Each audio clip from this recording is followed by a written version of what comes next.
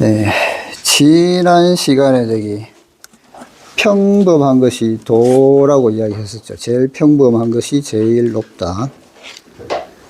진정한 진리는 제일 평범한 것에 있습니다. 도라는 것은 아주 평범한 거라고 합니다. 아주 특별한 것이 아니고, 그리고 우리가 평소 일상생활에서 주의하지 않는 거, 우리가 숨 쉬는 거, 주야가 바뀌고 하루가 가는 거, 사계절이 변하는 거, 길가에 나무 하나 꽃 한 그루, 이런 게 전부 다 도라고 하는 겁니다. 그리고 우리가 숨 쉬는 것 자체도 도죠. 그렇게 평범합니다. 그래서 천지지도는 그렇게 평범하기 때문에 쉽고 간단해서 이간지다라고도 하는데요. 우리가 숨 쉴 때 보면은 우리가 굳이 의식해가지고, 코로 숨을 들이마시고, 폐 근육을 팽창시켜가지고 그 숨을 들이마시고 나서 산소를 흡입하고 이산화탄소를 배출해야지. 그렇게 생각하고 호흡을 하진 않잖아요. 그 자연스럽게 아무 함 없이 자연스러운 것, 무의자연법, 그것이 바로 도라는 겁니다. 그래서 도는 그렇게 평범한 것이다. 그리고 이 도라는 것은 이 세상에 존재하지 않는 곳이 없다. 무처부재라고 해서 존재하지 않는 것이 없으니 그 도를 깨닫는 것은 이제 개인의 경계, 그것이 경계죠. 개인의 경계가 깊어지면은 깨달음도 깊어질 수 있는 거고, 그거는 전부 개인의 경계에 달려 있다는 걸 이야기하고요. 그 다음에 오늘은 36페이지 금강경 본문의 법회인유본 제1품 법회인유본 본문 들어가겠습니다. 부처는 이렇게 말씀하셨다. 여시아문 이와 같이 나는 들었다. 일시 불제사위국 기수급 고독원. 그때 부처께서는 사위국의 기수급 고독원에서 불경은 모두 이와 같이 나는 들었다라고 시작합니다. 열반경에 다음과 같은 이야기가 나옵니다. 부처가 열반에 들려고 할 때 아난이 묻습니다. 이제 떠나시면 제가 그동안 말씀했던 것을 기록하려 하는데 다른 사람이 과연 믿겠습니까? 제가 임으로 지어낸 것이라 생각할지도 모르겠습니다. 그러자 부처는 아난에게 한 경전을 시작할 때마다 서두에 이와 같이를 붙이라고 했습니다. 나는 들었다에서 나란 아난을 가리킵니다. 즉 부처께서 이렇게 말하는 것을 내가 들었다는 것을 의미합니다. 아난의 머리는 녹음기 같아서 부처가 말한 것을 한자도 빠뜨리지 않고 기억했습니다. 그는 책임을 분명히 하기 위해 내가 들었다라고 밝혔습니다. 여시로 시작하는 것은 고의 표현으로 만약 일반적인 문장이라면 응당 여시 아문이 아니라 아문 여시라고 할 겁니다. 불경을 한문으로 번역하면서 이렇게 말을 바꾸어서 쓰는 용법이 생겼습니다. 여시 아문이란 표현은 불교 문학의 새로운 양식으로 정착되었는데 아름답고 문학성이 돋보이는 언어구사입니다. 전통적인 방법을 따른다면 여시 아문 네 글자를 설명하는 데에만 2달은 걸릴 겁니다. 어떤 것을 여라 하는가? 여란 여여부동의 여입니다.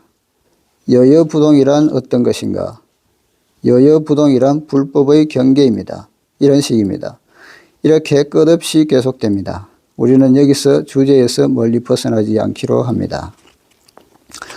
여기서 여여라고 하는 것은 진여라고도 하기도 하고요. 상제라고 해서 항상 존재하는 것, 그것을 여여라고 하는데 그것이 부동이면은 진리가 항상 존재해서 변화하지 않는 것, 움직이지 않는 것을 이야기하는 거죠. 여여부동, 진여가 부동하다는 이야기도 될 것이고, 네, 그게 여여부동이고요. 일시라는 2 글자에는 적지 않은 문제가 내재되어 있습니다. 시간이나 나이가 기록되어 있는 불경은 없습니다. 불경에는 모두 일시로만 되어 있습니다. 요즘 말로 그때라는 뜻인데 묘한 데가 있습니다. 인도의 문화나 역사를 연구해 보면 인도인이 시간을 중시하지 않는다는 것을 알 수 있습니다. 이 때문에 인도인은 역사관념이 없습니다. 17세기 이후에야 영국 및 동서양 학자들에 의해 정리됨으로써 비로소 인도사가 생겼습니다. 5천년을 줄곧 내려온 중국의 역사와는 다릅니다. 어떤 사람은 산스크리트어를 배워 불교를 연구하고자 하는데 이건 잘못된 생각입니다. 현재의 산스크리트어는 17세기 이후에 체계화된 것으로 당송 이전의 산스크리트 고어로 된 경전은 한 권도 찾을 수 없습니다. 게다가 당송 이후의 산스크리트어는 남부, 북부, 동부, 서부, 중부 5지방의 언어가 각기 다릅니다. 당시 번역의 대본으로 삼았던 산스크리트어 역시 같지 않았고 주문의 발음 역시 차이가 났습니다. 이런 예전의 산스크리트어는 지금은 그림자조차 찾기 힘듭니다. 이렇게 볼 때 17세기 이후 서구인이 산스크리트어로 정리한 드물게 남아있는 남전 불교 경전을 연구하여 완전한 불법을 재현해 보겠다는 것은 불가능한 일입니다. 이는 맹자의 말대로 나무에 올라 물고기를 구하는 격입니다. 연목이 구어입니다. 우리말에 우물 가서 숭늉 찾는 사람 이야기하고 같은 거죠. 이런 사실은 저도 거의 언급한 적이 없습니다만 엄격히 말한다면 진정한 불법은 전부 한문으로 된 대장경 속에 있습니다. 최근 100~200년 사이 서양인은 의도적으로 동양의 불학을 부정했습니다. 일본인들도 여기에 기여했고요. 불학을 연구하기 위해 산스크리트어를 공부하는 것은 참으로 세월을 낭비하는 일일 뿐 아니라 막대한 정신력을 소모하는 것입니다. 산스크리트어 역시 하나의 언어로서 얼마든지 배울 수는 있지만 이것이 진정한 불법과는 전혀 상관없다는 것을 알아야 합니다. 인도인들은 시간관념과 역사관념이 뚜렷하지 않을 뿐 아니라 수에 대한 관념 역시 치밀하지 못합니다. 불경 여기저기서 84,000이라는 숫자를 흔히 접할 수 있는데 이것은 셀 수 없이 많다는 뜻입니다. 그때의 의미는 일시의 의미는 탁월합니다. 진정으로 도를 깨달으면 시간관념이 없어집니다. 금강경에서는 과거의 마음은 얻을 수 없고 현재의 마음도 얻을 수 없으며 미래의 마음도 얻을 수 없다. 과거심 불가득, 현재심 불가득, 미래심 불가득이라고 했습니다. 시간은 상대적인 것으로 진정한 시간은 만년이 한 생각이요 한 생각이 만년입니다. 과거, 현재, 미래심을 얻을 수 없다는 것은 사람 마음이 고정되어 있는 게 아니고 계속 변화하기 때문에 흐르는 물과 같아가지고 우리가 겨울가에서 흐르는 물을 보고 내 앞에 있는 물을 잡으러 가 하면 내 앞에 있는 물은 바로 흘러가 버려서 지나가 버리죠. 그래서 위에서 내려오는 물이 바로 눈앞에 있습니다. 이것이 항상 과거로 가버리기 때문에 내가 잡으려는 것은 언제나 흘러가 버리기 때문에 잡을 수 없다는 것이 마음도 마찬가지로 계속 변화하기 때문에 그 마음을 잡을 수가 없다는 겁니다. 고금도 없고 과거와 미래도 없습니다. 예시에서 읊은 바람과 다른 예와 지금이 없건만 감에는 절로 얕고 기품이 있다. 풍월무 고금 정회 자천심이라는 구절이 있습니다. 달이나 태양, 바람이나 산하야 영원히 그대로일 겁니다. 옛 사람들이 보았던 하늘이나 구름은 지금 우리가 보는 하늘이나 구름과 다를 바 없습니다. 미래 사람이 보더라도 마찬가지일 겁니다. 바람이나 달은 같은 것이지만 정감에는 차이가 있습니다. 어떤 사람은 달을 바라보며 기뻐할 수 있지만 고통에 시달리는 사람이라면 똑같은 달을 보고서 죽어버리고 싶을 만큼 비애를 느낄지도 모릅니다. 이것들은 모두 자기 마음이 만들어낸 것입니다. 그래서 자기가 어떤 상황에 처해 있느냐에 따라서 같은 사물을 보더라도 느끼는 느낌이 달라지겠죠. 그 당대에 200 같은 사람은 같은 달을 봐도 200은 달을 보고 고향을 생각하고, 두보는 달을 보고 고향에 있는 처자식을 생각하고, 그 생각하는 느낌이 다 다릅니다. 같은 보름달을 보고서도 다 다른 거죠. 과학적으로도 시간이 상대적이라는 사실을 알고 있습니다. 불교에서 말하는 시간은 유심적인 것으로 절대적인 것이 아닙니다. 고통스러울 때는 1분 1초가 1만 년인 듯 느껴지고, 행복에 젖어 있을 때는 1만 년, 100년이 찰나처럼 지나가 버립니다. 이 때문에 그때라 표현한 것입니다. 여기에는 고금도 미래도 없습니다. 이것도 우리가 지금 살아가고 있는 지구에서 사는 시간하고 우주적인 시간으로 보면은 우리가 살고 있는 거는 그야말로 한 점에 속하는 바로 그때가 되겠죠. 그래서 지금 부처님이 2500년 전에 건강경을 설하실 때나 지금 우리가 이 건강경을 보고 있는 시간은 우주적인 시간으로 보면 그 찰나 그때 그 한순간인 겁니다. 그래서 2500년 전이나 지금이나 그때라고 할 수가 있는 거죠. 그래서 뭐 2500년 전에 설하신 거를 지금 보는 것은 같은 시기에 보는 거하고 같다라고 이야기할 수도 있습니다. 우주적 시점에서 보면은. 그리고 사위국의 강당. 그때 부처께서는 사위국의 기수급 고덕원에서 일시 불체 사위국 기수급 고덕원, 부처는 31살에 설법을 시작하여 80살까지 49년간을 계속했는데 그의 교화 사업은 대부분 사위국에서 행해졌습니다. 사위국은 중인도 지역에 자리 잡은 경제와 문화가 발달한 나라입니다. 국왕은 바로 능엄경에 등장하는 바사닉 왕으로서 부처의 제자입니다. 이 나라에 나이 많고 덕이 높은 사람이 하나 있었는데 이 사람은 요즘 말로 하면 사위국의 재벌이었습니다. 이 사람의 이름은 급고독으로 그는 배화교 교주였습니다.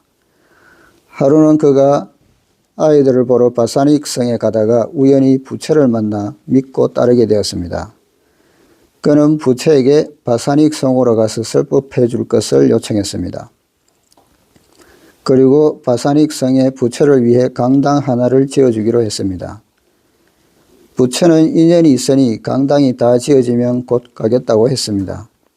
그는 바사닉 성으로 돌아와서 가장 좋은 장소를 하나 찾았습니다. 그런데 공교롭게도 그곳은 기타 태자의 땅이었습니다. 태자는 한 가지 조건을 내걸었습니다.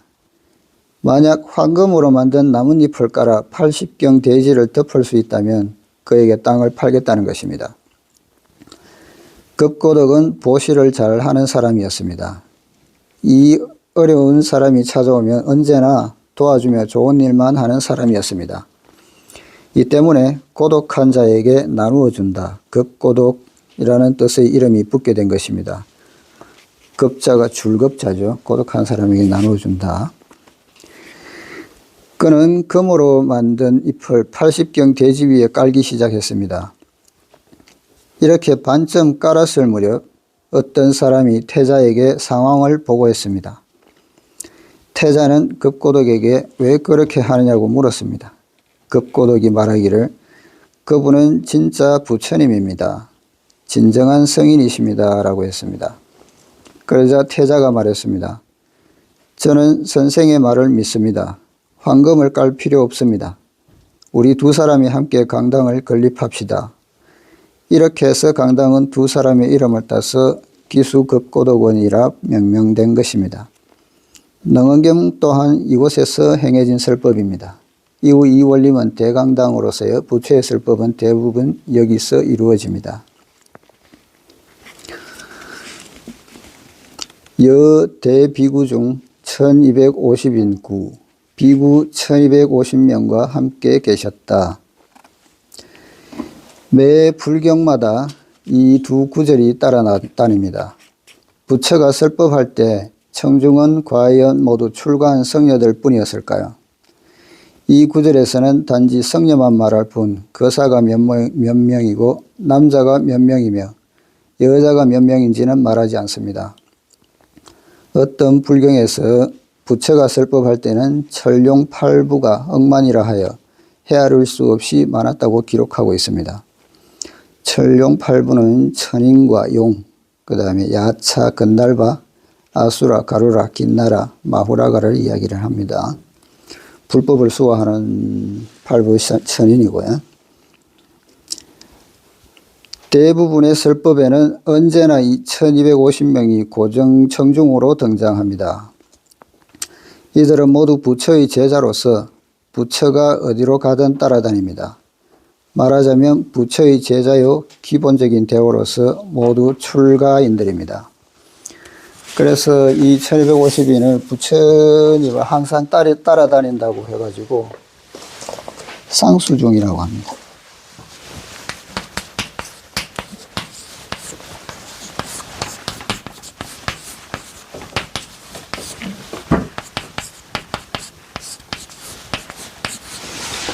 항상 따라다니는 무리라는 뜻이죠. 그러니까 항상 따라다니면서 부처님을 시중 들고 봉양하는 분들입니다. 이 1250인이 어디서 왔냐고 그러면은, 이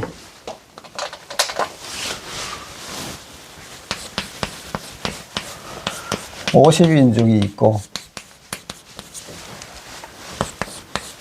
천인이 있고, 그 다음에 200인 중이 있는데, 이 50인 중은 야사장자하고 그 권속도를 이야기하는 겁니다. 야사장자는 어느 날에 대부호의 아들인데, 그 우리 요즘 말로 이야기하면은 뭐 재벌 2세 정도 되겠죠. 그 집에 돈이 많고 하니까 젊어서부터 뭐 조금 방탕한 생활을 하게 됩니다. 뭐 좋은 차 타고 다니면서 뭐 주색에 빠져 있고 그랬는데, 어느 날 하루는 밤에 자다가 깨어나 보니까 자기하고 같이 있던 무녀들의 잠자는 모습을 보고, 어떤 애들은 뭐 누워서 자고, 어떤 애는 엎드려서 자고, 어떤 애는 뭐 춤을 흘리면서 자고, 코를 골면서 자고, 또 뭐 봉두남 머리는 뭐 다 풀어헤치고, 이런 각종 혐오스러운 모습을 다 보게 되는 거죠. 거기서 그 혐오감을 느껴가지고 그저 떠나고 싶다는 생각을 하게 됩니다. 여기서 벗어나고 싶다는 생각을 하게 되죠. 그때 어떤 선지자의 인도로 부처님이 계신 곳으로 가게 되는 거죠. 거기서 부처님의 설법을 듣고 깨달음을 얻게 됩니다. 그러고 나서 세속의 모든 것을 버리고 출가를 하게 되는데,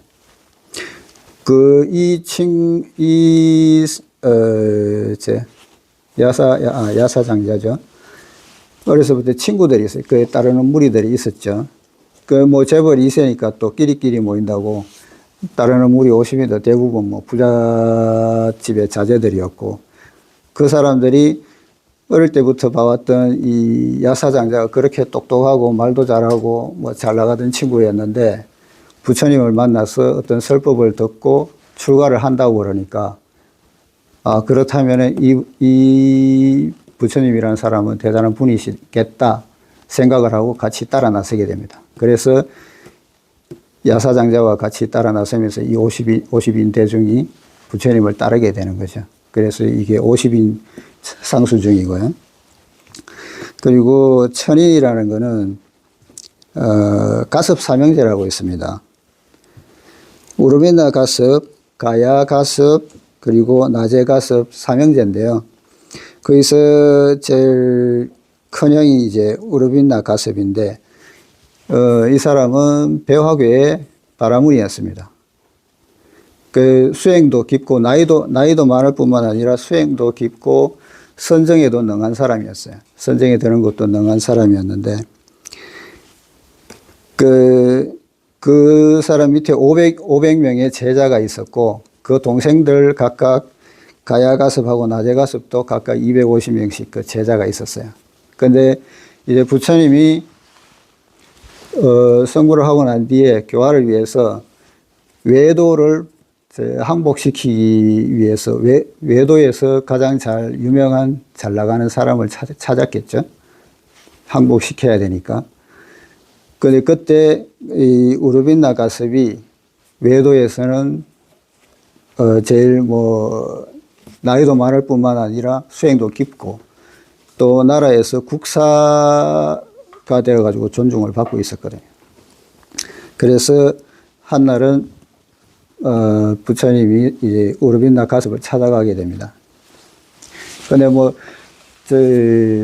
부처님이 설법을 시작한 게 이제 30살 좀 넘었으니까 이 나이 많고 자기 생각으로는 수행도 깊고 능력도 있는 사람이기 때문에 젊은 석가모니 우습게 본 거죠. 그래서 찾아가서 하룻밤 재워달라고 했는데 이 사람이 우습게 보고 여기는 재워줄 데가 없다. 그런데 만약에 잘라고 그러면은 저쪽에 한군데 동굴이 있으니까 거기서 자라 했는데 근데 거기는 좀 위험할 것이다. 그렇게 이야기를 했습니다. 그러니까 부처는 알았다고 그러면 잠만 잘 수 있는 장소만 있으면 된다고 그러고 그 동굴로 들어간 거죠. 물론 부처님은 이미 다 알고 있었던 거죠. 근데 그 동굴 속에 동룡이 살고 있었어요. 용이 한 마리 살고 있었는데 그 부처님이 이제 들어가니까 자기 동굴에 들어온 사람이니까 화가 나서 공격을 했겠죠. 불을 뿜고 공격을 하는데 그때 부처님께서 화광산매에 들어가지고 그 화광산매에 들기 시작합니다. 그래서 용과 싸우게 되는데 밖에서 보던 이 우르빈나 가습은 이렇게 뜨거운 불로 용이 화려고 하는데 당연히 죽었을 것이라고 의심을 하지가 않았죠. 근데 다음날 아침에 부처님이 그냥 그대로 아무 손상 없이 그대로 나오니까 매우 놀라게 되죠. 그런데도 이 사람은 자기 교만이 있기 때문에 그동안 해온 수행도 있고 하기 때문에 그래도 굴복하지 않고 하니까 부처님이 다시 신통력으로 또 우르빈나 가섭한테 여러 가지 신통력을 보여준 거죠. 그러니까 이제 우르빈나 가섭이 자기 능력보다 뛰어난 분이시다 해가지고 이제 항복을 하게 되는 거죠. 그러고 나서 부처님을 따라가기로 결심하고 출가를 결심하게 됩니다. 그 출가를 결심하고 나서는 이제 그동안 배화교의 제사장이었으니까 제사에 쓰던 각종 도구들이나 이전에 입던 의복 같은 거를 전부 견지서강에 던져버렸어요. 다 던져버렸는데, 버려버렸는데, 그 강변에서 그 두 동생들이 강의를 하고 있었는데, 떠내려오는 물건을 보고 자기 형님 거니까 무슨 일이 났나 싶어가지고 쫓아간 거죠. 그래 가서 보니까 그 우르빈나 가섭이 이제 이러이러한 자초지종을 다 이야기를 하게 되는 거죠. 그러니까 형님이 그렇게 따르겠다고 하니까 두 동생들도 마찬가지로 따르겠다고 해가지고 이 자기들 500 제자하고 각각의 250 제자 총 1000사람의 제자들을 데리고 불가에 귀의하게 되는 겁니다. 그래서 천인이 이제 부처님을 또 따르는 상수중이 되는 거죠.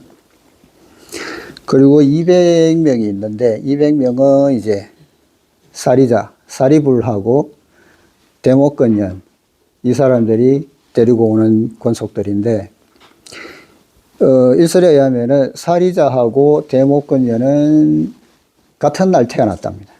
같은 날 태어나가지고 아주 절친한 친구였고 또 집안들도 각각 아주 잘 사는 집안들이었는데 하나 외도에 빠져가지고 외도를 배우기 위해서 출가를 하게 되는 거죠. 그 외도의 유명한 스승을 찾아가지고 나가서 출가를 하게 됩니다. 그리고 외도를 배우게 되는데 이 사람들이 어려서부터 총명하고 지혜가 남달랐기 때문에 그 배우는 속도도 빨랐어요. 얼마 되지 않아가지고 스승의 모든 법을 다 배워버린 거죠. 그런데 사리자나 대목걸련이나 생각하기에 이 배운 법이 뭔가 2% 부족한 거예요. 이거 완전하진 않다, 자기 생각에. 그래가지고 좀 더 나은 법을 찾기 위해서 거기서 나와서 다시 선지자를 찾게 되는 거죠. 선지식을 찾아 나서게 되는 겁니다. 그래 떠나면서 이제 사리자하고 데모권년이 서로 약속하기를 우리가 생각하는 그 법을 누가 먼저 찾느냐 하면은 먼저 찾는 사람이 나중에 먼저 찾았으면은 다른 사람한테 그 법을 이야기를 하자, 알려주자 해가지고 같이 정덕하자 이래서 약속을 하고 사리자가 떠나게 되는데 사리자가 떠나면서 이제 계속 선지식을 찾다 보니까 우연히 왕사성에서 그 아사지라는 비구를 만나게 됩니다. 아사지는 부처님이 제일 처음 제도했던 5사람 중에 한 사람인데 그 사람을 만나게 됩니다. 물론 이 시기에 아사지도 배운 지가 얼마 안 됐기 때문에 그 도가 깊어지는 않았는데 그 왕사성에서 우연히 만나게 됩니다. 근데 그때 만났을 때 아사지가 탁발을 하고 다녔어요. 탁발을 하고 다니는데 그 모습이 아주 장중하고 조심스럽고 근엄했기 때문에 아주 비범해 보였거든요. 사리자한테. 그래서 졸졸 따라다니게 돼요. 탁발하는 동안에 따라다니면서 보게 되는 거죠. 그리고 이 아사지가 식사를 하면 자리에 앉아가지고 이제 식사를 할 때는 물도 떠다 주고 뭐 자리도 깔아주고 하면서 봉양을 해요. 그러고 나서 묻습니다. 밥을 다 먹고 나서 묻게 되죠. 당신의 스승은 누굽니까? 그러니까 뭐 이 아사지가 나도 뭐 처음 나와가지고 잘은 모르는데 이러이러한 분이 있다. 부처님에 대해서 이야기를 하게 되는 거죠.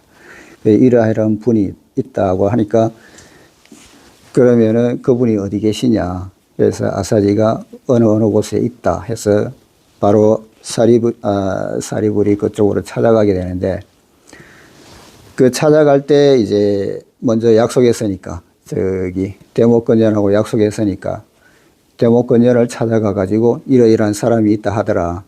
그러니까 우리가 찾아가서 배워보자. 이렇게 해서 대목건전까지 가게 되는 거죠. 근데 이 두 사람이 떠나기 전에 이제 먼저 배웠던 사도의 이제 서성이죠. 외도의 서성이죠. 찾아가 가지고 이러한 사람이 있어서 뭐 법을 가르치니 같이 떠나자고 서성도 권했는데 이 서성은 이제 떠나지를 않게 되는 거죠. 그래서 두 사람은 가려고 했는데 워낙 이 외도 서성 밑에서 있었던 시기만 했어도 이 두 사람이 영향력이 굉장했어요. 워낙 똑똑하고 많이 빠르게 배우고 하니까 그 제자들도 존경하고 했었는데 이 서성에 제자가 또 500명이 있었는데 그 중에 200명이 이 두 사람을 따라 나서게 되는 거죠. 그래서 이 200명이 상수중이 되는 겁니다. 그래서 부처님한테 귀의하게 되면서 출가하고 그래서 출가 상수중이 되는 거죠. 그래서 총 합이 1250명이 이렇게 유래가 되었다고 합니다. 자, 그래서 왜 단지 1250명만 언급했을까요? 이들은 부처가 법을 전하기 시작한 후 첫 번째로 초청된 학생들, 쉽게 말해 항복을 얻어내기 제일 힘든 제자들이었습니다. 그리고 외도를 배웠기 때문에 자기 고정관념이 있으니까 쉽게 항복받기가 쉽지는 않았겠죠. 이중 사리자는 이미 대서성으로서 부처가 설법을 시작하기 전 그 밑에 100명의 학생이 따르고 있었습니다. 여기서는 뭐 학생이라고 그러는데 또 일설에는 이게 제자가 아니고 동료였다고 하니까요. 그리고 가섭 삼형제 중 두 사람은 각각 250명의 학생이 있었고 나머지 한 사람은 500명의 학생이 있어서 다 합하면 1000명으로 이들 형제는 모두 당시 사회에 큰 영향을 끼치던 대학자였습니다. 이 밖에 신통력으로 유명한 목련종자가 있었는데 나이는 부처보다 몇 살 더 많았으며 백성의 학생을 거느리고 있었습니다. 또 야사장자가 있었는데 그를 따르는 무리는 50명이었습니다. 이 6제자가 부처께 귀의하자 그들의 학생도 모두 귀의하여 1250명의 고정 청중이 된 것입니다. 이 고정청중이라는 게 이제 그 상수중이죠. 항상 따라다니는 물인데, 이게 어떤 말이냐고 생각해 보면은, 일설에는 이게 제자들 입장에서 보면은 자신들에게 법을 설해주고 해탈을 할 수 있게끔 도를 얻을 수 있게끔 해주는 분이기 때문에 존경하고 은혜하는 마음에서 따라다니는 거고, 또 부처님 입장에서 보면은 이 제자들은 전부 외도에서 온 사람들이기 때문에 만약에 내 눈에서 벗어나면은 또 혹시 또 외도로 넘어갈 수도 있는 거기 때문에 항상 본인 곁에 두면서 이제 외도에 들지 못하게 하는, 그러기 위해서 상수중으로 데리고 다닌다고 하는 그런 일설도 있습니다. 뭐 어떻게 보면은 이게 다 뭐냐면 이게 1250인이라고 하는 외도는 전부 우리 마음 속에 있는 거니까요. 그 심적불이라고 해서 마음이고 부처인데 우리 마음 속에 있는 이러한 외도 내지는 사도 같은 것들을 항상 마음에 새겨가지고 항상 생각하면서 그 마음이 그 마음에 오염되지 않도록 한다는 그런 의미가 있겠죠. 이게 1250인이라고 하는 무리들은. 그래서 항상 돌아보고 사도에 빠지지 않도록 하는 그런 뜻이라고 보면 될 것 같습니다. 그중 어떤 사람의 나이는 부처보다 수십 세가 많았습니다. 부처가 30남짓해 설법을 시작했을 때 사리자의 나이는 부처보다 20, 30세 많았고 목련 또한 부처보다 나이가 많았습니다. 비구란 출가인으로서 번역하자면 걸사라 할 수 있습니다. 걸사란 참 듣기 좋은 말입니다. 뜻은 밥을 얻어먹는다는 것인데 어떤 밥일까요? 먹어 치울 한 끼 밥이 아니라 영원히 불생불멸하는 정신적 식량입니다. 이 때문에 위로는 부처에게 법을 구걸하고 아래로는 일체 중생에게 밥을 구걸하는 사람을 성불비구라 합니다. 또 비구의 의미 속에는 일체의 번뇌를 깨뜨려 없애고 일체의 생사를 초월하며 능히 성취를 이루고 열매를 정득한다는 것도 포함되어 있습니다. 그래서 비구를 파번뇌라고도 합니다. 번뇌를 깨뜨려 버리는 거죠. 파번뇌. 그 다음에 세간과 대천세계. 이시, 세존, 식시, 차기지발. 이때 세존께서는 식사 시간이 되어 옷 입고 바리떼 들고서 차기지발. 세존이란 부처의 또 다른 명칭입니다. 불경에서 말하는 세존은 세상에서 가장 존경할 만한 사람이라는 뜻입니다. 그러나 주의할 것은 여기서 말하는 세상이 단지 인간 세상만을 의미하지는 않는다는 것입니다. 불교에서 말하는 세간에는 3세간과 4세간 두 종류가 있습니다. 소위 3세간이란 기세간, 국토세간, 유정세간입니다. 기세간이란 그 국토세간을 말합니다. 현대적 관점에서 보자면 물질세계라 할 수 있는데 이 지구처럼 인류와 생물이 존재하는 세계입니다. 그리고 국토세간은 지구상에서 각기 나누어진 국토입니다. 즉 미국이니 중국이니 유럽이니 하는 것으로 이건 역시 세간 개념의 하나입니다. 마지막으로 유정세간의 유정이란 일체의 중생으로서 생명과 지각을 지닌 존재입니다. 이건 역시 세간 개념의 하나인데 우리가 현재 사용하는 사회니 인륜이 하는 개념과 별 차이가 없습니다. 4세간이란 앞의 3세간 외에 성현세간을 포함시킨 것입니다. 성현세간은 도를 성취한 성현들로 구성된 또 다른 세간입니다.